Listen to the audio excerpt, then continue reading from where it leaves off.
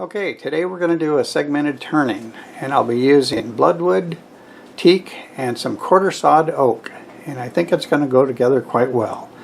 I'll need a lot of strips. That's just a small amount you see there. The other wood sitting on my table saw is what I'll get some more strips off of. There's going to be 18 segments per row, and I'm figuring that I'll probably have at least 414 segments.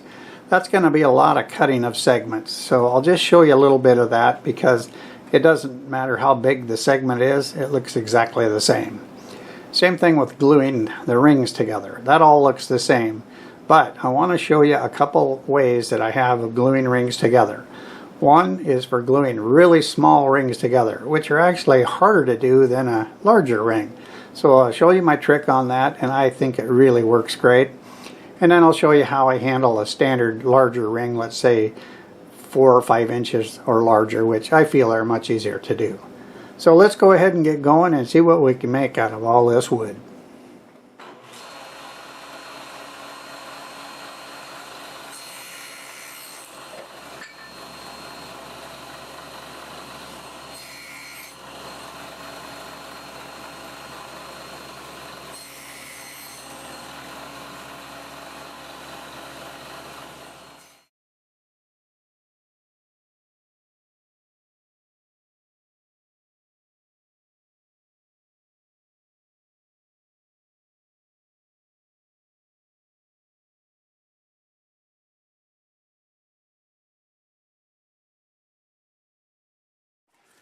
Okay, let's go ahead and glue some rings together. I'm going to start with what I consider the hardest.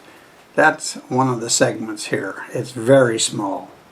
As a matter of fact, there's enough segments in these cups to make 4 rings. I have the 3 different types of wood in there. Here's the ring. It's about 2 3/8 in diameter. It's hard to handle something this small. It's hard to get a rubber band on them without them trying to pop loose and fly all over the place and starting over. So I've come up with a way that I like to do it, and I'm going to show you that right now. Alright, I've got the wood separated into 3 different stacks. I've got the Bloodwood in one and the oak in another, and then the teak. I think it just might be a little easier to do it like this.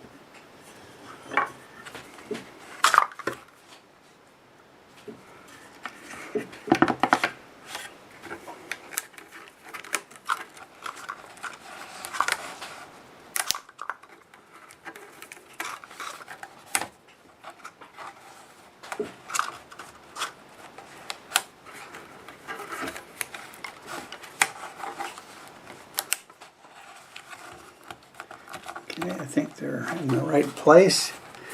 Take some weight off of it, and it felt like they just kind of snapped together, and they did. So that worked really good, actually.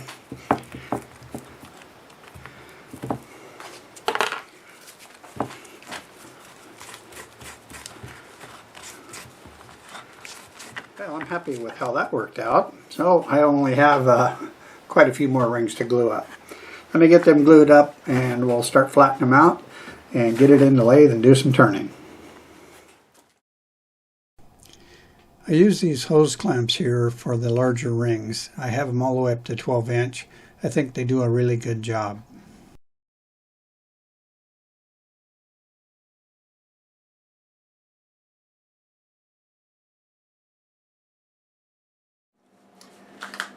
As you just saw, I have all 23 rings glued up and flattened, so it's time to glue them together. I've got a piece of Wenge in here that I'll use for the base.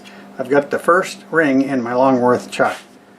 I'll go ahead and get that glued on, and I think maybe 4 more, and then I'll turn the inside at least. So The first 4 rings are going to look just like this. So I'll come back after I have 4 rings and we'll turn the inside, because eventually I will not be able to reach down in there to do it.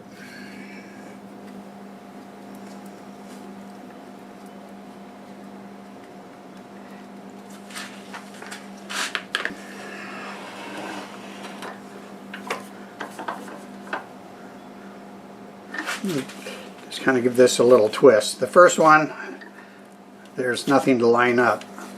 I just have to have it centered. And that's the reason I use the Longworth chuck. Okay, I'll let that sit for 15-20 minutes and I'll put another one on it. But I'll see you when I've got about 4 of them, and we'll turn the inside, maybe rough out the outside. I'll go ahead and clean up these rings. I've got 6 glued on, and the next ones are going to start coming inwards, so it'll be hard to clean it up, and I'll show you my new method of locating these larger rings.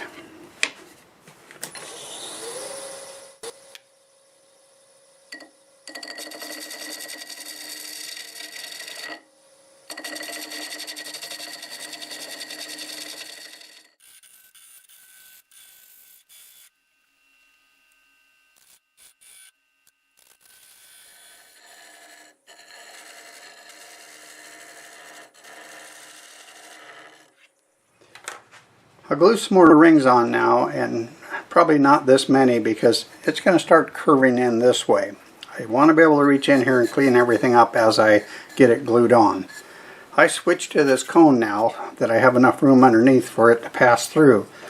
This actually self-centers the ring better than the Longworth chuck did, because this is round, it'll hit on all of the spots. The Longworth chuck, I had it set up with 4 stops. I could have set it up with 8, but none of those can be divided up equally into 18 segments. But this is much better to do it like this.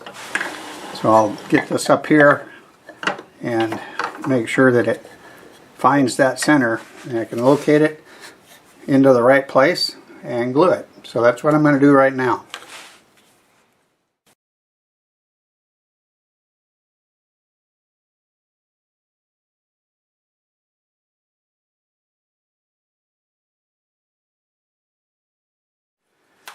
I'll let this sit for about 15 minutes. I'm going to keep this cone against it, and I'll go ahead and round the outside up, or at least knock the corners off, at a 1/2 inch bowl gouge doing 900 RPM.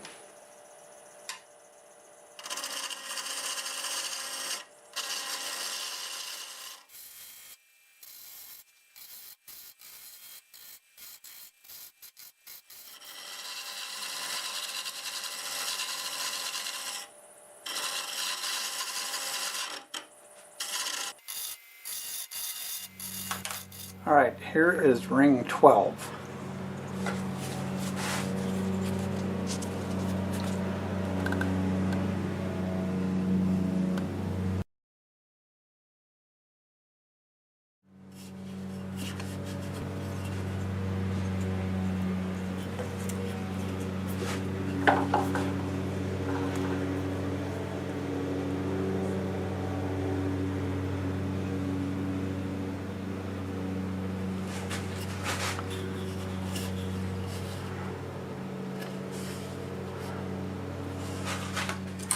Before I glue any more rings on, I need to put the shape on the section that I have here. Then I'll need to put my steady rest on it as I reach in and start turning the smaller pieces. Just sharpen my 1/2 inch bowl gouge. We'll start up here, and I know I need to go down to at least that edge and get a shape on here. We'll switch to the back side. 800 RPM.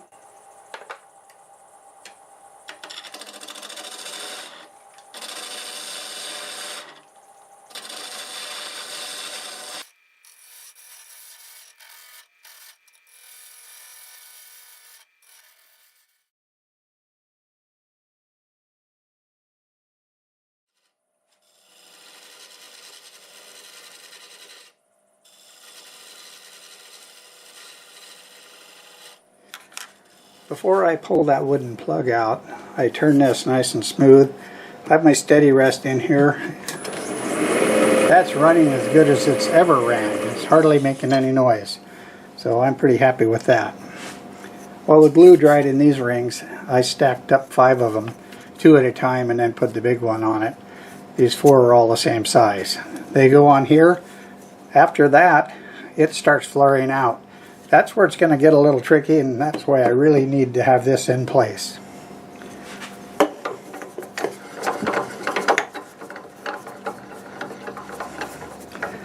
Because I get glue on it and sometimes you don't see lines anymore, I have a couple dots here telling me that that's going to line up and keep the bloodwood lined up with the next piece of bloodwood. I also have pencil lines on every piece of oak because I can see it a little bit better. I'll use that to line up. So let's go ahead and glue this. That will be it for the evening. And tomorrow I think I have maybe 8 more rings to get on here. So let's do this one. And I think it's about it for the day. It's really nice outside, so I just might go sit in the backyard.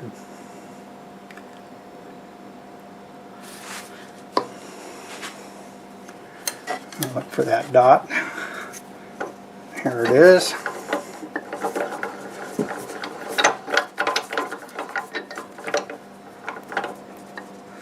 Make sure it's flat. And now I'm bringing the bloodwood up to the pencil line.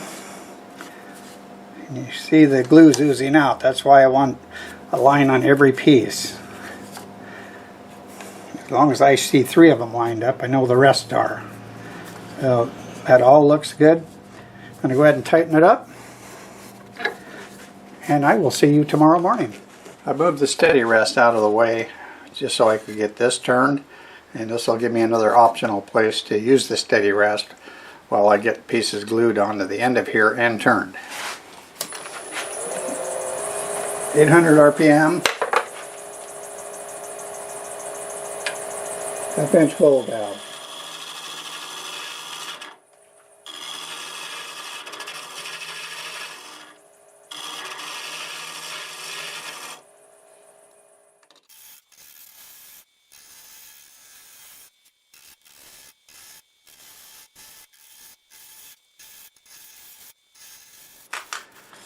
The bloodwood is very hard, and the quarter sawed oak is tending to chip a little bit with the gouge.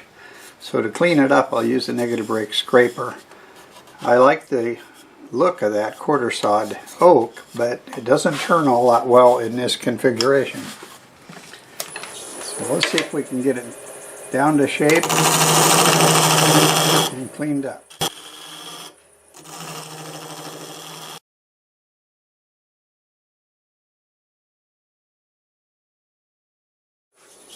Okay, I think that's it. Just going to get this area looking good, and then we'll get a couple more rings on there and do the same thing.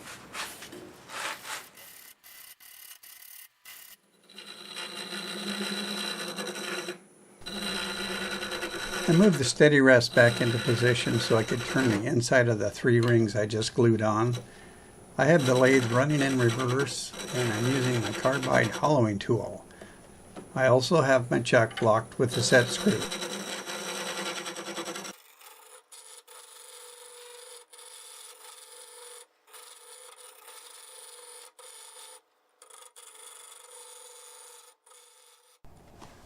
More rings being glued on, and we are almost to the top.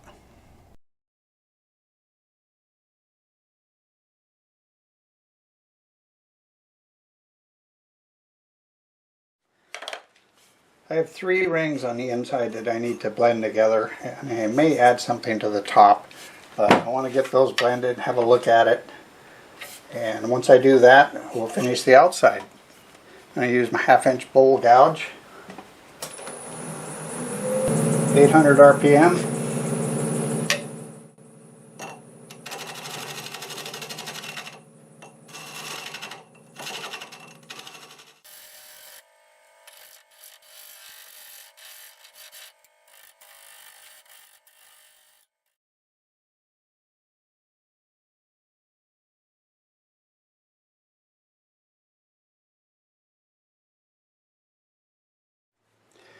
Alright, I made up my mind. I'm going to put a Wenge ring on top.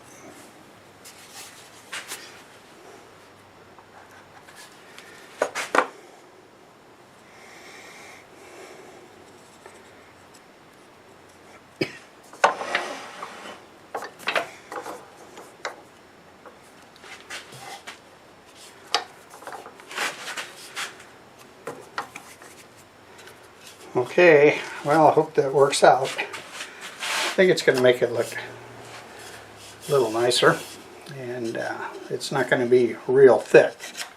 Okay, I just need to blend this Wenge into the rest of it, and this stuff is really hard, so I'm going to take my time because I don't want to get any chips in it.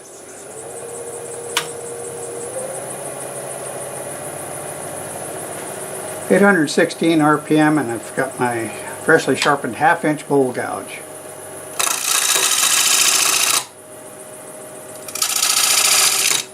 You see, that is so hard.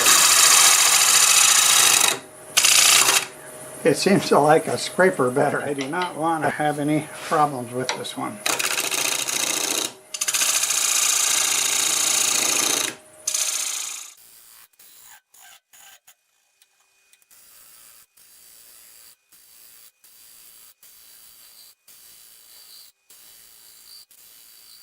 It is that time. It's time to sand, and it's really nice and smooth from the negative rake scraper. I like the shape.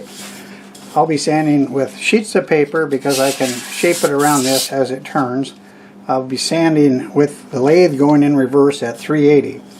And the fact that it's spinning this way, I won't have scratches going across, so it'll clean up real nice. So I'll go ahead and get going. I'll sand through 400, and when I come back, we'll get some finish on it. I'm going to start up my dust collector and we'll do this.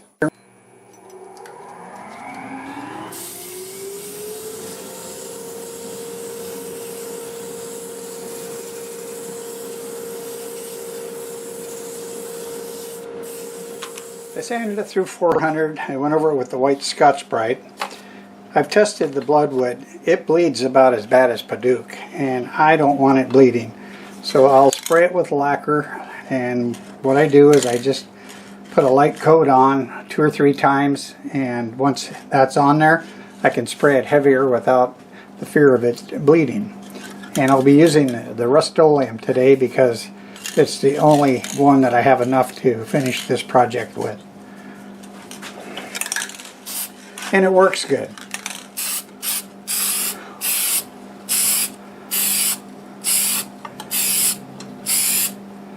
I sprayed 5 full coats of lacquer on this, plus the 2 that I lightly dusted on. I went over it with the Axe abrasive paste, and now I'm finishing it with the Axe polish. I'm not showing it to you right now because I want you to see it once it's off the lathe, and I think it's an incredible looking finish, and I think it's one of the best that I've done. So I'll show it to you shortly. Finally, it is done, and it was a lot of work, but I think it was worth it. This is made from 417 pieces of wood. There's 414 segments, 138 Bloodwood, 138 quarter sawed oak, and 138 teak. I used a piece of Wenge on the base, and I used a piece of Wenge on the top. I didn't want to try to turn the recess away, so I used a piece of maple, and that also allowed me to sign it, and I think it looks pretty good in there. Almost like it belongs there. It finished 9.5 inches tall. It's 5 inches at the widest here. Up at the top rim it's 4.5 inches, and the base is 3.5 inches. From about here up to the top, I turned that down to 1/4 inch, and look at the inside. It looks pretty nice as well, and I was able to get a nice finish in there. From here down I left it 3/8 just to give it some weight so it wouldn't be tippy. Not sure, I might put a glass tube in there for live flowers, but she said she might want to use dried flowers in it, so that's fine with me. Finished it with 5 full coats of sprayed on lacquer over the top of 2 or 3 dustings of lacquer just to seal in that Bloodwood. I then went over it with the Axe abrasive paste and polish, and look at the finish that it has. The reflection in this wood is just amazing. You'll see it a lot better on the turntable, I'm sure. I am very happy with this finish. I think it turned out nearly perfect. So, like I said, it's a lot of work, but I enjoyed doing it, and I hope you enjoyed the video. If you did like the video, do me a favor and click that like button. And while you're there, it would be great if you could share the video around. Those two things will really help my channel grow. Leave a comment. I read them all, and I do my best to answer them all. Thanks to all my subscribers. And if you're not, please consider doing so. I do a mix of all types of turnings. Some are simple and some are complex, so let me know your favorite. Thanks again, and until the next time, see you later.